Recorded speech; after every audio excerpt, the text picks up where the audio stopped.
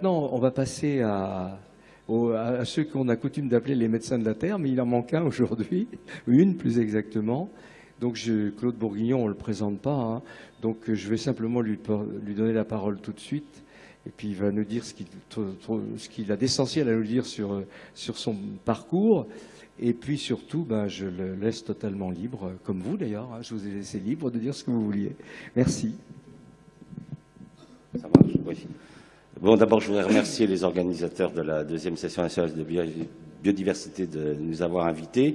Puis je voudrais excuser Lydia, on a été un peu trop surchargé ces temps-ci, on a pris 15 fois l'avion en moins d'un mois, donc on était un peu sur les rotules, donc elle s'excuse et elle m'a dit que c'est à moi de la représenter. Donc je vais rapidement parler de mon parcours. J'ai un parcours un petit peu spécial, puisque je ne voulais pas du tout faire de l'agronomie. À l'âge de 14 ans, j'ai fondé avec des copains du lycée Montaigne, le groupe ornithologique parisien, et je travaille avec le WWF. On a commencé à créer des réserves, et donc je voulais travailler dans l'écologie. J'ai donc fait une maîtrise en physiologie et zoologie à l'université de Paris. Et puis c'est en travaillant sur des comptages de tigres dans l'Himalaya que j'ai vu, première fois de ma vie, j'ai vu des hommes mourir de faim. Je n'avais jamais vu ça. J'étais un gamin de l'après-guerre, je ne savais pas ce qu'était la famine. Et je me suis dit, on ne peut pas protéger les tigres s'il y a des gens qui meurent de faim. Donc je suis rentré des Indes et je me suis présenté à l'agro. J'ai été reçu. Je ne sais pas comment, un coup de peau, quoi. Bon, c'est vrai que j'avais des publications depuis l'âge de 14 ans, donc c'est peut-être ça qui a fait qu'ils m'ont permis de rentrer. Et là, j'ai découvert un monde de fous. On nous apprenait à donner de la viande aux vaches pour augmenter la production laitière. On nous apprenait l'art d'entasser les pauvres bêtes dans des conditions infernales, les surcharges d'azote et tout. Je me dis, mais ils sont fous alliés, ces gars-là. Donc j'ai décidé en troisième année de rentrer en microbiologie des sols, de reprendre le sol à la base. À l'époque, il y avait encore à l'agro une chaire de microbiologie des sols. Et coup de chance, au moment où je suis arrivé, Monod, le prix Nobel, venait de devenir directeur de l'Institut Pasteur. Et première chose qu'il a fait quand il est arrivé, il a supprimé le labo de microbiologie des sols en disant que la microbiologie des sols, ça servait à rien. Et donc, les trois chercheurs, Kaiser, Tardieu et Pochon, n'avaient plus de laboratoire, ils ont été foutus à la porte, et ils ont été reçus dans le laboratoire de microbiologie des sols de l'agro. Et donc, je me suis retrouvé avec trois professeurs prêts de partir à la retraite, et j'ai redécouvert le bon sens. Des hommes qui m'ont appris que c'était les mycorhizes qui donnaient le phosphore aux plantes, que c'était les sulfobactéries qui donnaient le soufre, etc. Et j'ai eu à ce moment-là, pendant ma troisième année, en plus j'étais tout seul, donc j'ai terminé premier dans ma spécialité, ce qui était quand même pratique, et j'ai eu tout seul un cours particulier. Et ensuite, en sortant de l'agro, en microbiologie des sols, il n'y avait qu'un seul labo, c'était Dijon. Et c'est là que j'ai rencontré Lydia. Lydia travaillait sur la qualité des aliments. Et moi, je travaillais sur la qualité des sols. Donc, on s'est rencontrés comme ça. Et comme l'INRA, à l'époque, ne voulait pas entendre parler de l'agriculture biologique, et qu'avec Philippe Desbrosses, on se rencontrait régulièrement en catimini, parce que c'était strictement interdit par l'INRA de travailler sur la biologie. Donc, j'ai commencé à passer pour une mauvaise tête à l'agro. En plus, j'ai fondé un collège d'agriculture biodynamique à Malval avec des copains scientifiques. Donc, l'INRA a voulu qu'on arrête ce collège en disant que c'était scandaleux, que je tachais l'image de l'INRA. Donc, j'ai passé vraiment pour quelqu'un de pas gentil. Donc, avec Lydia, on a décidé de quitter l'Institut. On a fondé notre laboratoire en 1989, qui est donc un laboratoire d'analyse microbiologique des sols. Depuis 1989, nous avons analysé plus de 12 000 sols à travers le monde, dans à peu près toutes les écologies de la planète. Donc, sans me vanter, je peux commencer à vous dire comment ça marche un sol. Alors, je vais parler comment marche un sol dans nos régions. Dans nos régions, la France, avant que nous la cultivions, était couverte à 90% de forêt. Et comment ça marche un sol? Comment un sol fait pour fonctionner pendant des milliers d'années sans être dégradé? Et dès que la main de l'homme y met les pieds, elle casse tout. Donc pourquoi l'homme casse les sols alors que la nature sait les faire pousser pendant des milliers d'années? Pour vous donner une idée, le plus vieux modèle biologique que nous connaissons, c'est la forêt de Bornéo. C'est une forêt qui a 150 millions d'années, qui reçoit entre 3 mètres et 9 mètres d'eau par an et qui continue à faire pousser les plus grands arbres du monde, les diptérocarpus, qui font 80 mètres de haut. Imaginez que la nature laisse passer un petit peu d'azote. Nous, on laisse partir 40 unités d'azote chaque année dans les nappes phréatiques. Imaginez que la nature laisse passer, je sais pas moi, 1 millième d'azote, mais en 150 millions d'années, il n'y aurait plus rien sur Bornéo, ce serait un désert. Or, ce n'est pas un désert, c'est la forêt la plus riche du monde. Alors, comment ça marche? Comment le système vivant fait pour fonctionner? Il fonctionne de la façon suivante. L'arbre, c'est le maître des sols. C'est pour ça que les anciens, quand ils ont, après avoir ruiné les sols d'Europe, ont réussi à créer l'équilibre agro-silvo-pastoral au XIXe siècle, ont arrêté la famine en Europe, c'est qu'ils avaient inconsciemment, tout à fait empiriquement, reconstitué l'arbre, réinjecté l'arbre dans la forêt. C'était sous forme, dans l'agriculture, c'était sous forme de haie, mais l'arbre est indispensable. Alors comment ça marche en forêt? Ça marche de la façon suivante. L'arbre, tous les ans, il fait tomber des feuilles mortes et des branches mortes sur le sol. Ces branches vont être attaquées par une faune qu'on appelle la faune épigée. Cette faune va manger tous ces bouts de bois, toutes ces feuilles, et va faire des crottes. Ces crottes, c'est quoi? C'est de la matière organique broyée en éléments très très fins, qui va permettre donc aux seuls organismes au monde qui sont capables d'attaquer la lignine, qui sont les champignons, les basidiomycètes, vont leur permettre d'attaquer ces crottes et de les transformer en humus. Donc, ce qui est intéressant dans le système vivant, c'est que vous pouvez remarquer que la fabrication d'humus se fait à la surface du sol. On comprend tout de suite pourquoi le labour est une machine de destruction massive des sols, c'est qu'elle met la matière organique sous le sol, ce qui est une absurdité. Les animaux, ils ne vivent pas sous le sol, les épigées, ils vivent à la surface du sol. Les arbres, eux, ils vont s'adapter à ce système très astucieux, ils vont faire un double enracinement. Vous avez vu avec l'ouragan de 99 des arbres arrachés, hein. Ils ont un enracinement horizontal qui est sous la matière organique. On peut se dire, mais pourquoi les arbres ont développé ce réseau de racines horizontales sous cette couche de matière organique? C'est qu'au printemps, les humus qui ont été formés pendant l'automne et l'hiver par les basidiomycètes vont être minéralisés quand le sol va se réchauffer par les bactéries. Les champignons font l'humus, les bactéries minéralisent. En minéralisant, elles vont libérer du nitrate, du phosphate qui va descendre avec l'eau de pluie. Et là, il y a les racines horizontales de l'arbre qui va récupérer le nitrate, le phosphate et qui va le renvoyer dans la frondaison. Le système sol-plante est fermé dans la nature. Il n'y a pas de fuite. C'est pour ça que les nappes phréatiques sont propres sous les arbres. C'est que l'arbre, il a mis ses racines sous la matière organique. La grande bêtise de l'agriculture, c'est qu'elle laboure et elle met la matière organique sous les racines. Donc le temps que les racines arrivent, c'est minéralisé, vous envoyez dans les nappes. Donc première leçon, ne jamais enfouir de matière organique dans un sol. La nature nous le dit, il suffit de regarder le livre. Ensuite, les arbres, ils ont un deuxième système d'enracinement qu'on appelle le pivot, système pivotant. Ce système pivotant va descendre jusqu'à la roche-mère. Là, il y a deux solutions. Où la roche-mère est fissurée, l'arbre va continuer son chemin. Alors, record d'enracinement sous chêne en Europe, 150 mètres de profondeur, sous orme, 110 mètres, sous merisier, 140 mètres.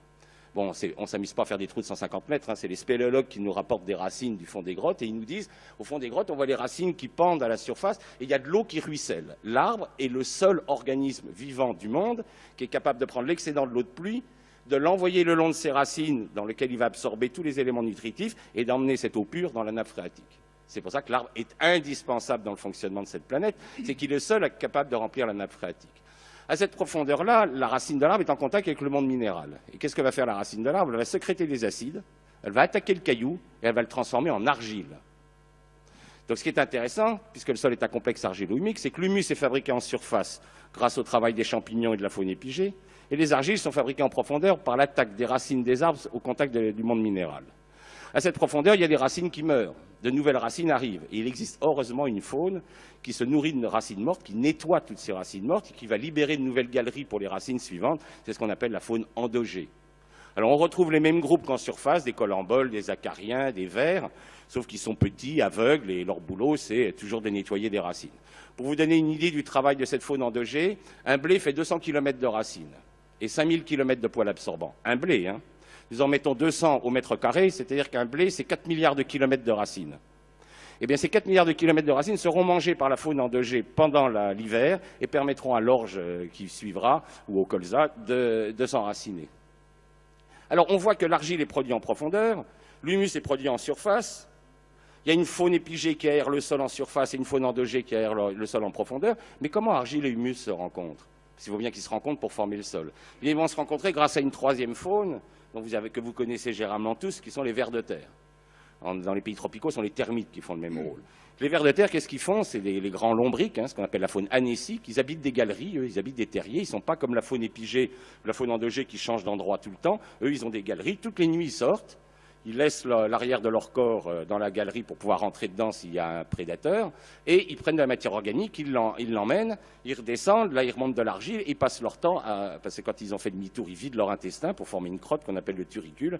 Et il se trouve que les vers de terre ont dans leur intestin une glande qu'on appelle la glande de Morène qui est très riche en calcium.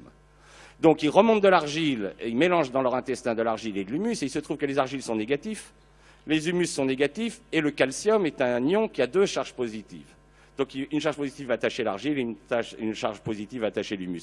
Et ils vont fabriquer du complexe argilo-humique. C'est les vers de terre qui fabriquent la Terre.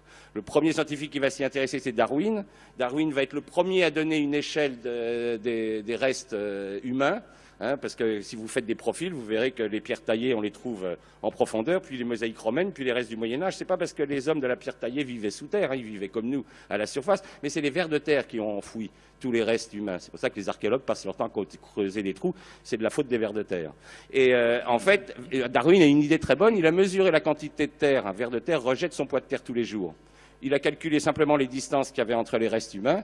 Et il s'est rendu compte que c'était beaucoup plus vieux que ce qu'on racontait à l'époque. Hein. C'était la Bible, hein. C'était 5000 ans, la création de l'humanité. Donc, M. Darwin a été très prudent pour ne pas avoir la religion sur les bretelles. Mais il a montré que c'était beaucoup plus ancien qu'on croyait. Hein. Si vous mettez, par exemple, un pas japonais dans votre jardin, vous verrez que votre pas japonais va disparaître. C'est les vers de terre qui vont l'enfouir progressivement. Hein, souvent, quand je suis sur le terrain avec les agriculteurs me disent « Oh là là, j'ai mes cailloux qui remontent ». Alors je leur explique que le vol lourd des cailloux dans la plaine, ça n'existe pas. C'est jamais les cailloux qui remontent, c'est toujours la terre qui s'en va. Hein, donc ne faites pas de mauvaises interprétations. Alors comment nous avons fait pour tuer nos sols? On a violé ces lois fondamentales.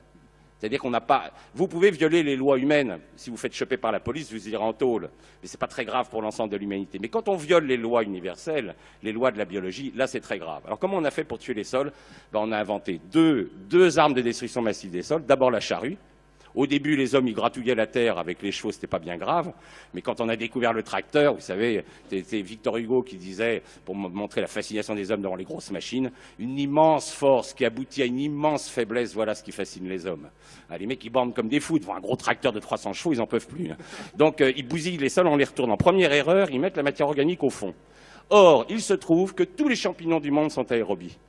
Il n'existe pas de champignons anaérobiques sur Terre.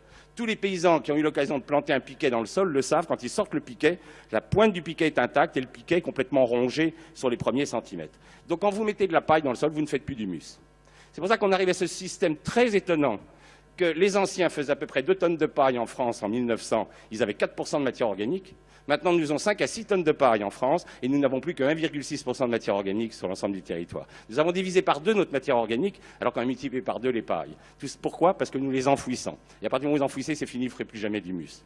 Heureusement d'ailleurs pour la ville de Venise qui repose sur des piliers de bois. Ces piliers de bois sont sous l'eau en anaérobiose et aucun champignon ne peut les écrouler. C'est pour ça que la ville est toujours là. Donc première erreur, enfouissement de matière organique. Et le nombre de gens que je vois en mettre du compost avant de planter un arbre passent leur temps à faire cette erreur qui est une erreur fondamentale contre les lois universelles. Deuxième erreur, on apporte les engrais chimiques. Qu'est-ce que font les engrais chimiques? Ils stimulent les bactéries. Or les bactéries elles sont minéralisatrices, elles ne font pas d'humus, elles minéralisent. Et les bactéries elles se multiplient 20 fois plus vite que les champignons. Donc, qu'est-ce qui se passe quand vous mettez des engrais chimiques? Vous accélérez la minéralisation de la matière organique. Quand la matière organique tombe trop bas, la faune disparaît puisqu'elle se nourrit de cette matière organique.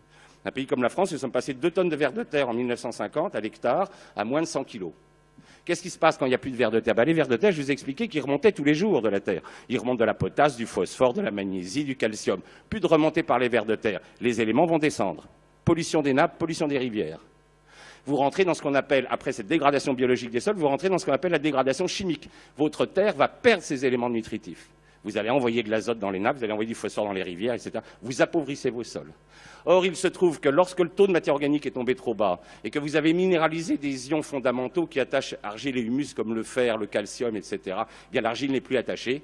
L'argile s'en va, les rivières se chargent de boue dès qu'il pleut. C'est la dernière mort des physiques, c'est ce qu'on appelle la mort physique des sols. Votre sol part à la mer. Et c'est comme ça que vous ruinez un sol. Et c'est comme ça que des agriculteurs qui, à l'heure actuelle, moi je travaille avec des agriculteurs depuis 89, des gens en Beauce qui étaient très fiers de faire partie du club des 100 quintaux. Ils roulaient des caisses. À l'époque, ils avaient des blés qui, en génétique, étaient des blés à 110 quintaux. Donc ils faisaient presque le rendement génétique. Maintenant, ils ont des blés à 150 quintaux et les mêmes agriculteurs font plus que 90 quintaux. C'est-à-dire qu'ils ont des Ferrari, ils roulent sur des chemins de terre. Ce n'est pas la peine d'avoir une Ferrari, c'est pour rouler sur un chemin de terre, il vaut mieux avoir une 2 chevaux. Hein, donc ça, ils peuvent raconter tout ce qu'ils veulent. Ils ne valorisent plus la génétique de leurs plantes. Et on sait que cette génétique est valable, puisque récemment, ils ont fait une expérience en Nouvelle-Zélande sur un sol qui n'avait jamais été labouré, jamais touché.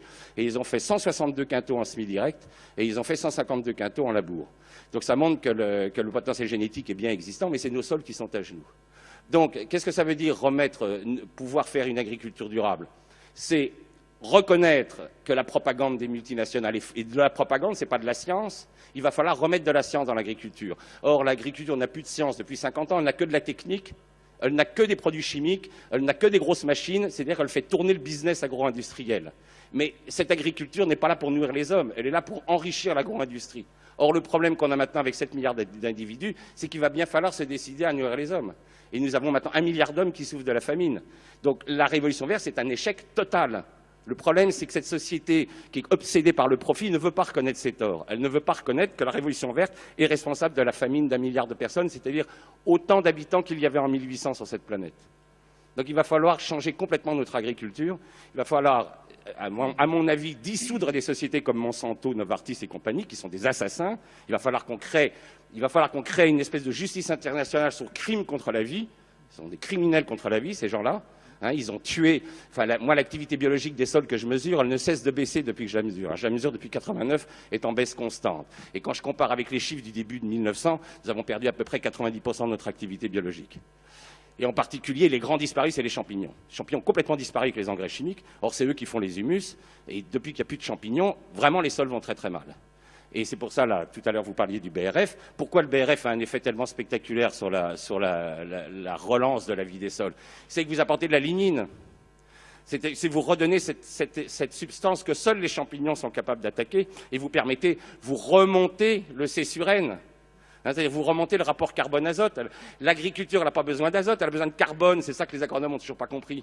Comme les agronomes ignorent tout de la vie des sols, la chaire de microbiologie des sols à l'agro a été fermée en 86. Là, vous avez devant vous un fossile vivant. D'accord ?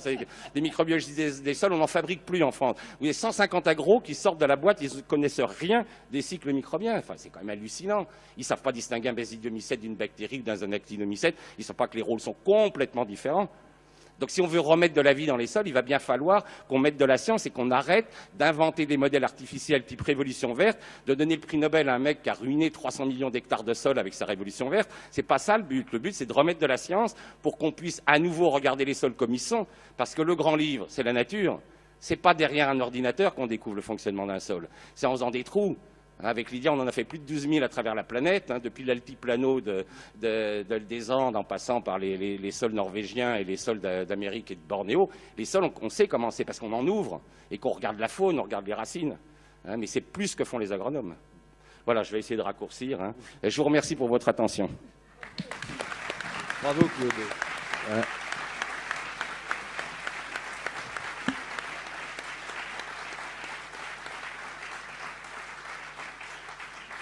Je crois que tout est dit, hein. Tout est dit. Il faut vraiment qu'on change de civilisation.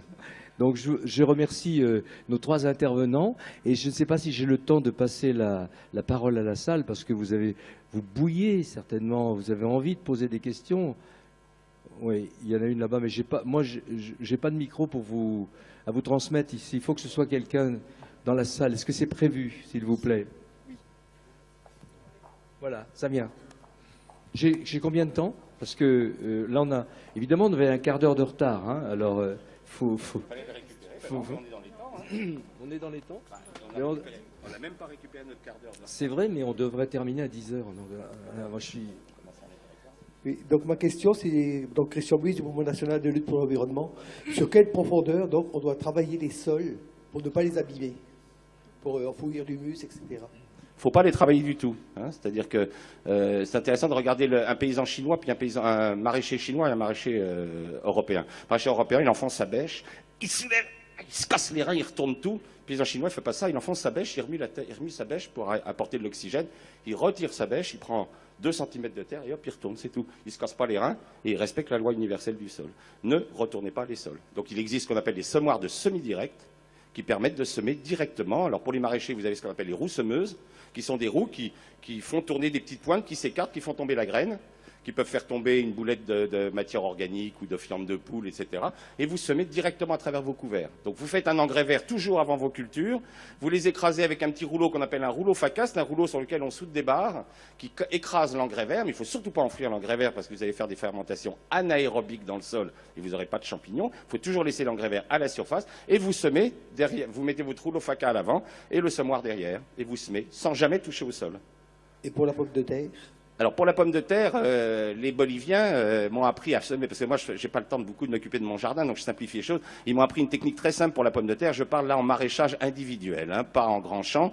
C'est tout simple. Vous posez vos pommes de terre sur le sol, vous les répartissez correctement avec un radis, avec un râteau, et vous les recouvrez de 20 cm de paille. Et c'est tout.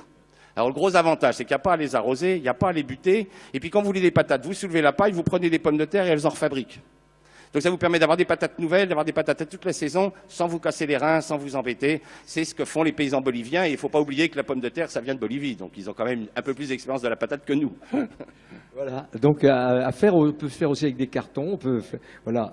Mais ça ne peut se faire qu'au niveau individuel. Mais comme il n'y a plus de paysans, ça explique que les marchands de machines agricoles, ils ont encore de beaux jours devant eux, quoi. C'est ça. Ah, bien sûr, allez-y, Nicole. D'où l'intérêt de relancer le maraîchage en pied d'immeuble, que les habitants dans les villes se réapproprient ces espaces verts stériles là, pour en faire quelque chose de vivant, quoi.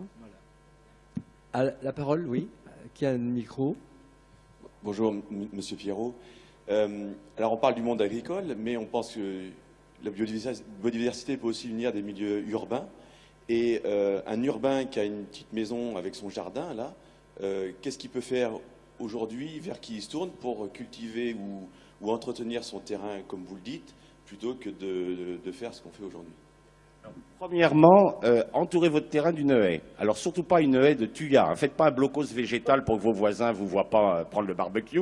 Pas de cyprès, pas de résineux, c'est toxique, ça tue les vers de terre, c'est des plantes dangereuses. Hein. Donc vous faites une haie de feuillus. En plus, choisissez des espèces où vous aurez des fleurs toute l'année. Hein, si vous commencez avec les cornouillers, vous aurez des fleurs dès le mois de mars. Vous terminerez avec des arbres qui font des fleurs plus tardivement. Vous aurez les prunus, les églantiers, etc. Donc ça, c'est agréable. Vous nourrirez les abeilles. Et surtout, cette haie va vous fournir du bois raméal fragmenté. Et en broyant les tailles de vos haies, vous allez le poser directement sur votre sol qui, souvent, dans les zones pavillonnaires, a été pas mal détruit, comme ça a été, comme vous l'avez très bien expliqué. Ils font du BTP, les mecs. Ils font pas quand ils préparent les zones pavillonnaires, c'est du BTP, c'est pas de l'agriculture.